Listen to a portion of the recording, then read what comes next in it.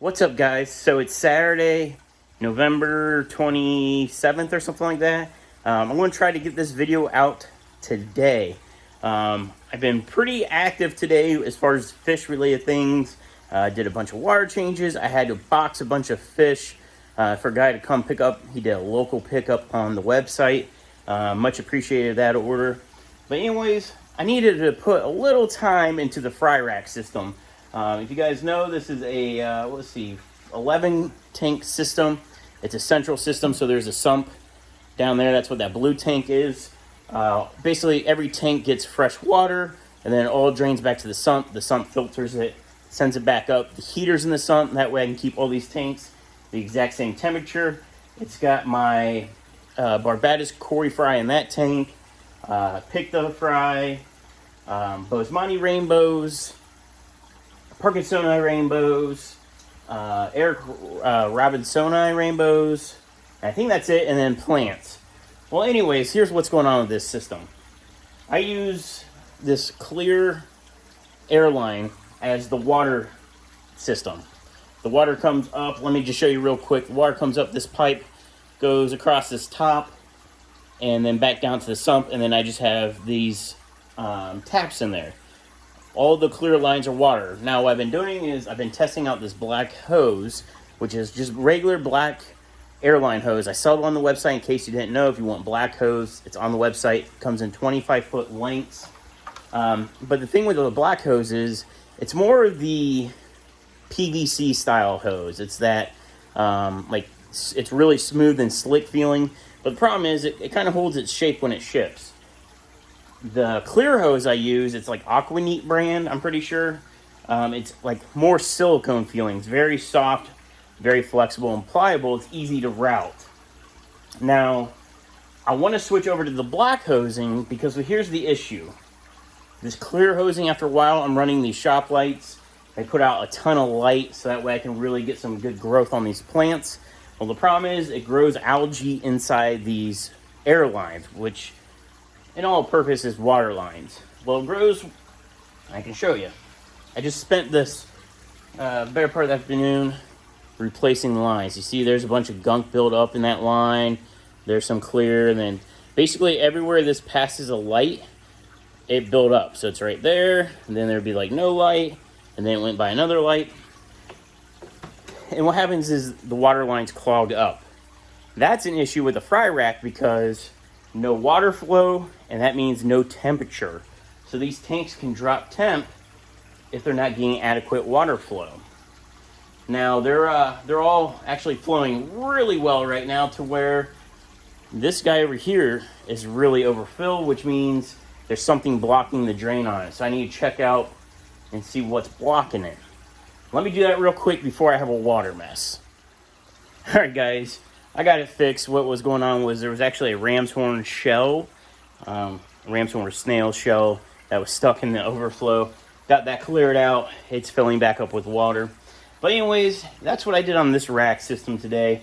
I switched over the top ones to the black hose, and I want to see how well it holds up to water, which I don't suspect it would have any issues. And I think with it having warm water pushing through it, over time it'll straighten out. I did weight the end of them, and if you guys can see right here, it's basically just a barb. It's just a barb fitting to help keep these pointed down so I don't spray water all over the wall or anything like that. But let's go out to the fish room because I did get something a little bit of a surprise today, which if you saw the community post I posted earlier, you already know what it is, but let's go check it out. All right, guys, we're out in the fish room, and one of the things I did today was I broke down this tank. This was the pea puffer tank. That pea puffer is actually inside into the 25-gallon. He was in here solo, and my buddy needed a 10-gallon tank real quick, and I said, I'll just break this one down. I left some water in the bottom in the sand because that's beneficial bacteria, so I don't know if he wants it, but I figured I'd leave it in there just in case. If he doesn't want it, he can dump it. So I did that today. I'm in the process of doing top-offs. I already drained the waters of all the tanks, and I filled the top rack in these, and then I ran out of water.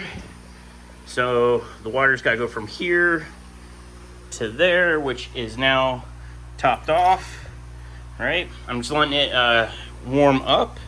It's currently at 66.9 degrees. That needs to hit 74 before I can finish topping these off, so that way I don't shock these tanks. Anyways, fish are doing good, happy, sassy, all that fun stuff. Yeah, this guppy tank's really starting to get populated, which is cool. This is that crossbreed line I was working on, and these guys are looking awesome. If I get to focus, these are green cobra crosses with blue tuxedos. So they're starting to get the blue finnage on top, and there's some real stunners in there, like that guy right there. Where'd he go? It's hard because it's like one of those things where it catches in a certain light. Like on my phone, it doesn't look blue at all, so hopefully it's coming through blue. But these guys, that guy right there, his dorsal fin is blue. I put some plants in there. Those plants, let me zoom out, were in this tank. I've been just using it as a plant tank. Anyways, this tank up here is cleared out. There's no fish in it. This tank is cleared out except for, you guys can see, there's convict fry in there. So I need to get those convict fry out. They're going to go down into that 55. This tank is empty. This tank is empty. And this tank is empty.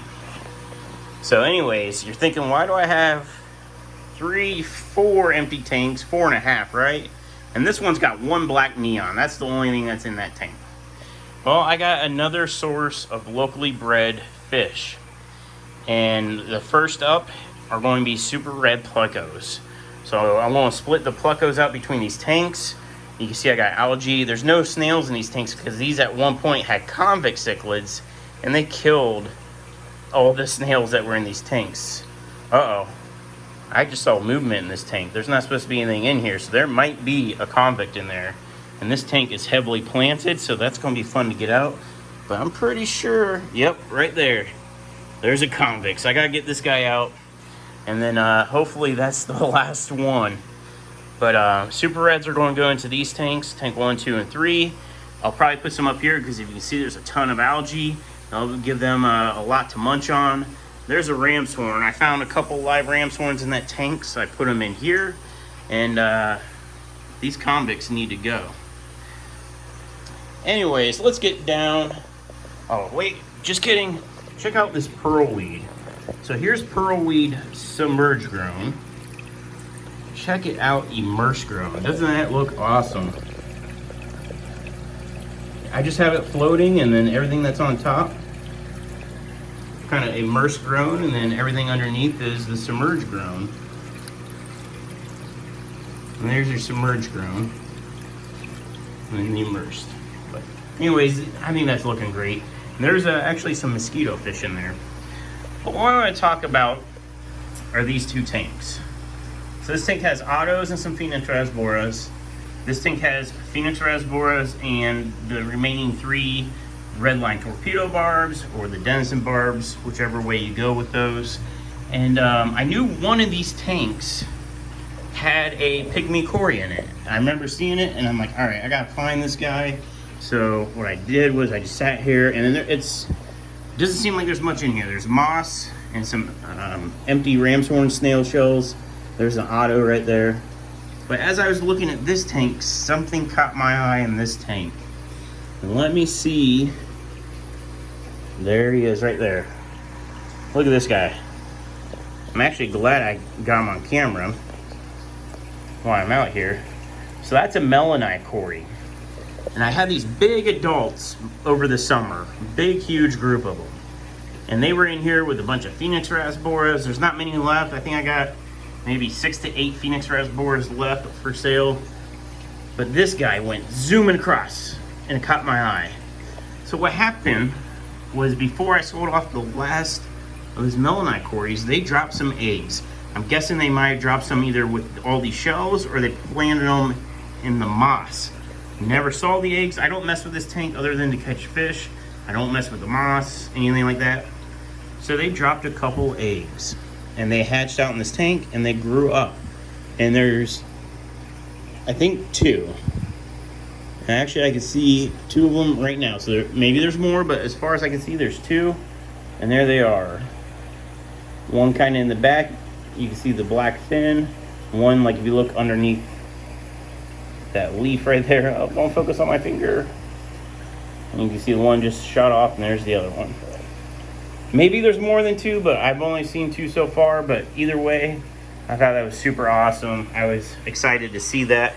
An unexpected breeding result.